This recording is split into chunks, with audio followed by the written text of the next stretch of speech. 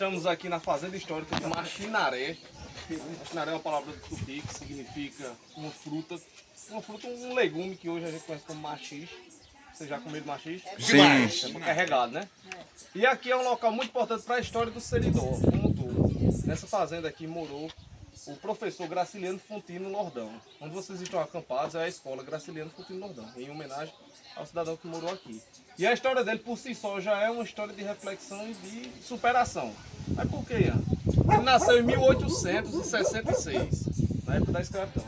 Filho de uma escrava e de um padre. Ou seja, filho de uma escrava e de um padre. Exatamente.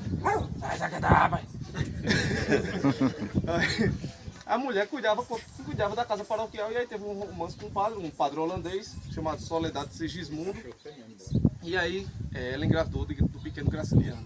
O bispo da época, sabendo desse moído, para evitar que maus comentários da igreja, transferiu o padre. E aí nasceu o pequeno Graciliano, negro, dos olhos claros e os cabelinhos encaracolados. Vixe Maria. Negro taioca, que a gente chama, né? Nego o quê? Taioca. Taioca, essa eu não conhecia. Aí como o pai sumiu, né? Foi para outro estado, ficou Graciliano Fontino, que é o sobrenome da mãe, né? E aí o menino foi crescendo, foi vivendo, ajudando a mãe. Já tinha a lei do ventre livre, para quem não conhece a lei do ventre livre na época da escravidão. Era quando as pessoas que nascessem de pessoas escravizadas já não eram mais escravos. Sim. Já não eram mais escravizados. Princesa Áurea, né? Até a lei Áurea de 1889. E aí o pai, Soledade, se lembrou da criança e disse: rapaz, eu vou atrás do meu filho. A emoção foi mais forte, ele foi, procurou o pequeno Graciliano e a mãe cedeu ele para levar para a capital da província da Paraíba, que é a atual João Pessoa. Na época se chamava Paraíba também. E aí levou o menino para estudar, o menino estudou no liceu, começou a fazer muitas e muitas aulas, até se formar.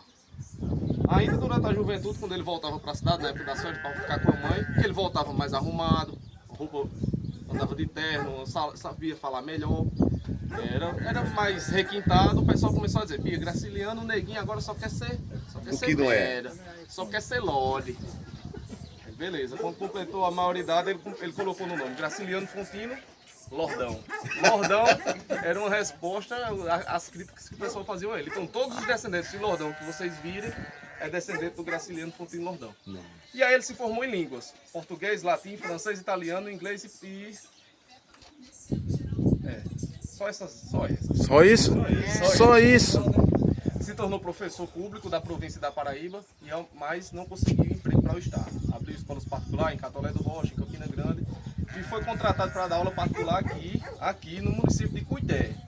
Aqui tudo isso aqui pertencia a Cuité. Picuí pertencia a Cuité, Nova Palmeira, Pedra Lavrada, tudo a Cuité.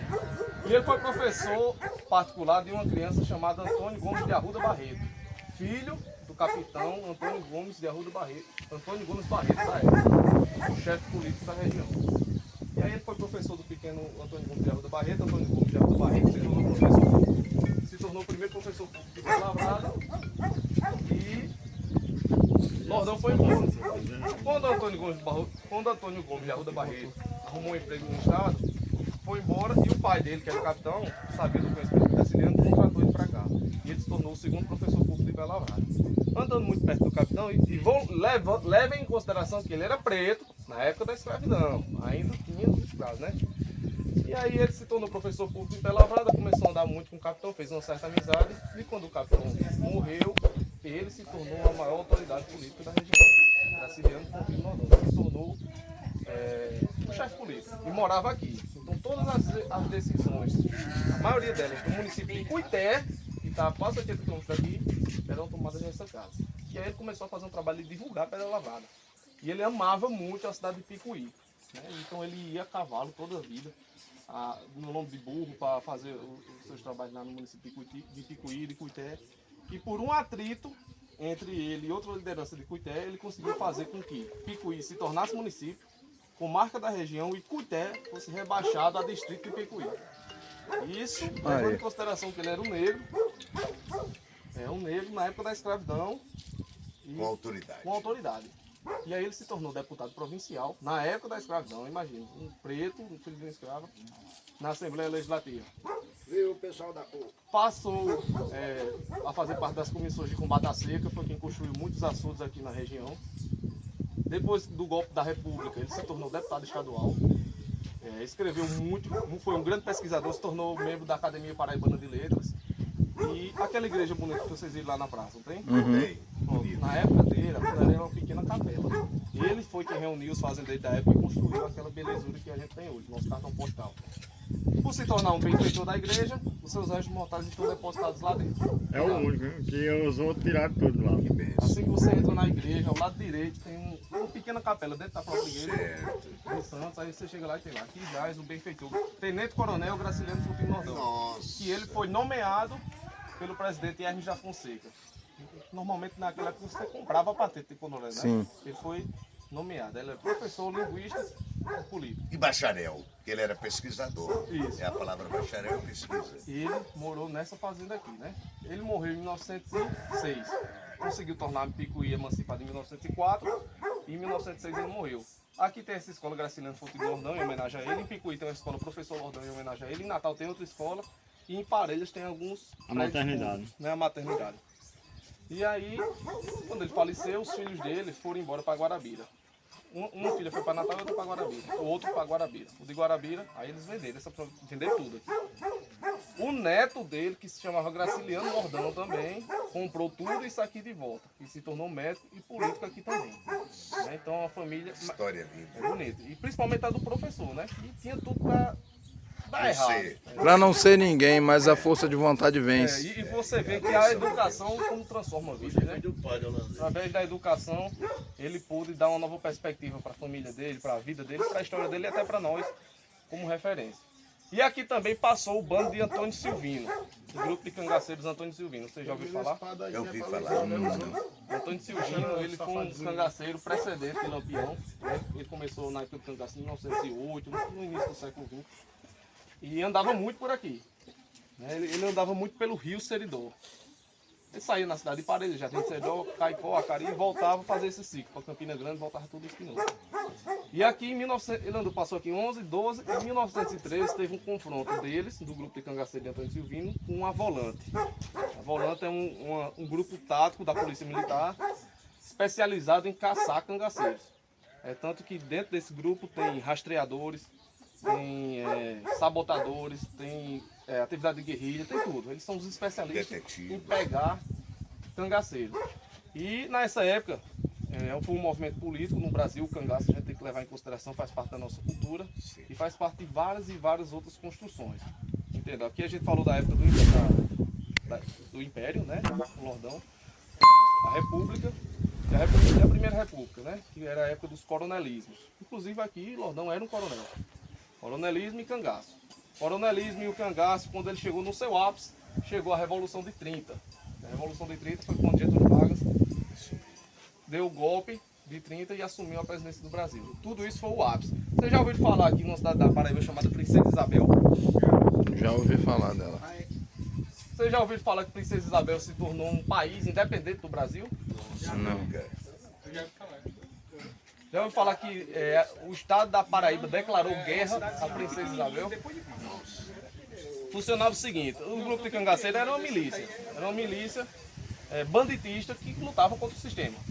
E aí eles tinham os grupos de revoltados, normalmente eram contra os coronéis, né, contra a opressão dos coronéis, mas muitas vezes eles prestavam serviço de coronéis contra outros coronéis, quando tinha essas rixas.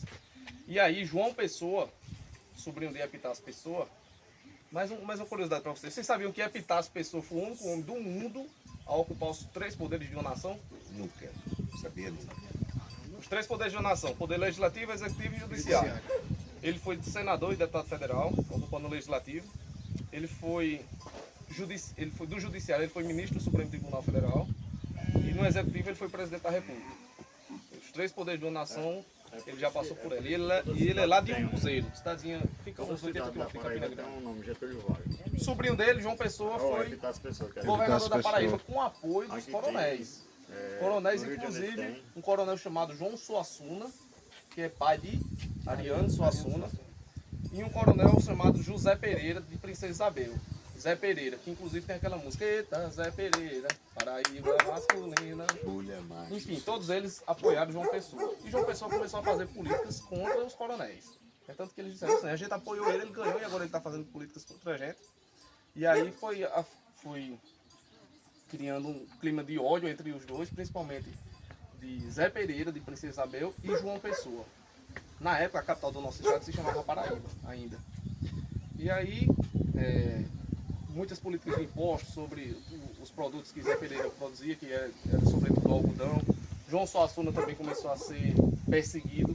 Ele impediu dos dois participarem da reeleição. Então, assim, o pessoal não conseguiu entender como a gente apoiou o João Pessoa e ele está fazendo isso com a gente.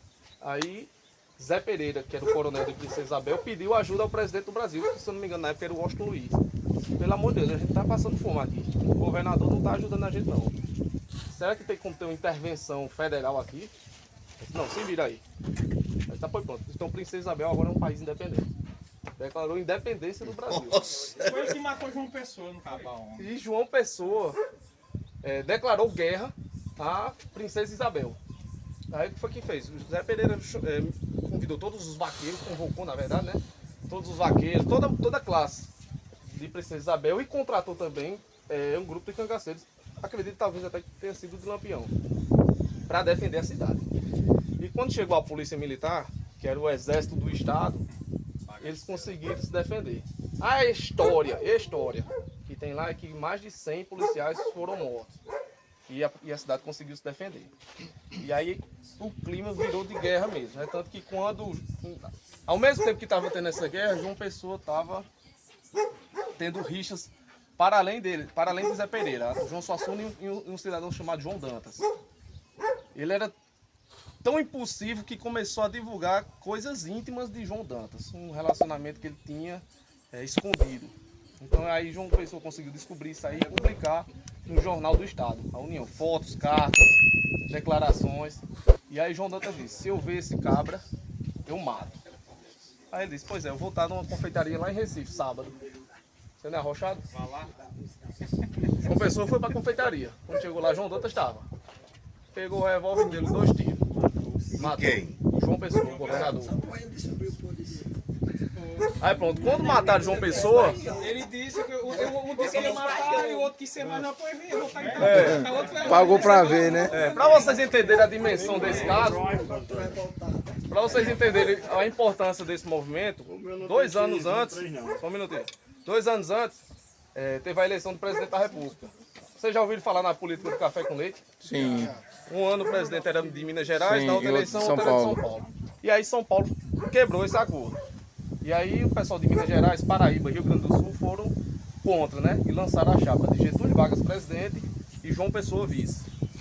Isso em 1928. Eles perderam a eleição. São Paulo ganhou.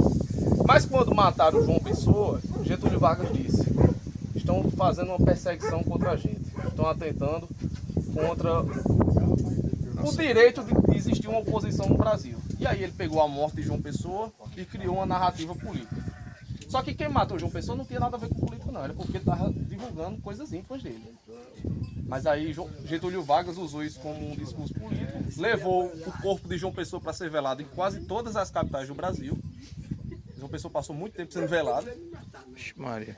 E conseguiu uma revolta popular e tomar a presidência da República, com o discurso de que, através da morte de João Pessoa, eles estavam sendo perseguidos.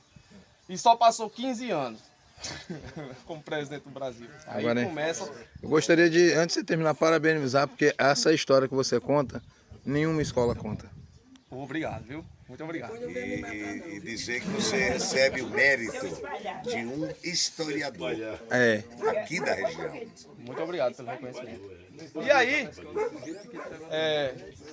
João Suassuna foi morto, o pai de Ariano Suassuna foi morto. Zé Pereira sumiu, desapareceu, sumiu de Princesa Isabel. E João Dantas também teve o mesmo destino. Então foi uma grande revolução dentro da província, dentro do estado da Paraíba, que repercutiu pelo Brasil todo, decidiu uma eleição de presidente da República e um marco na nossa história. E aí quando chega na parte de Getúlio Vargas, aí a gente já puxa o assunto de Segunda Guerra Mundial e aí vai...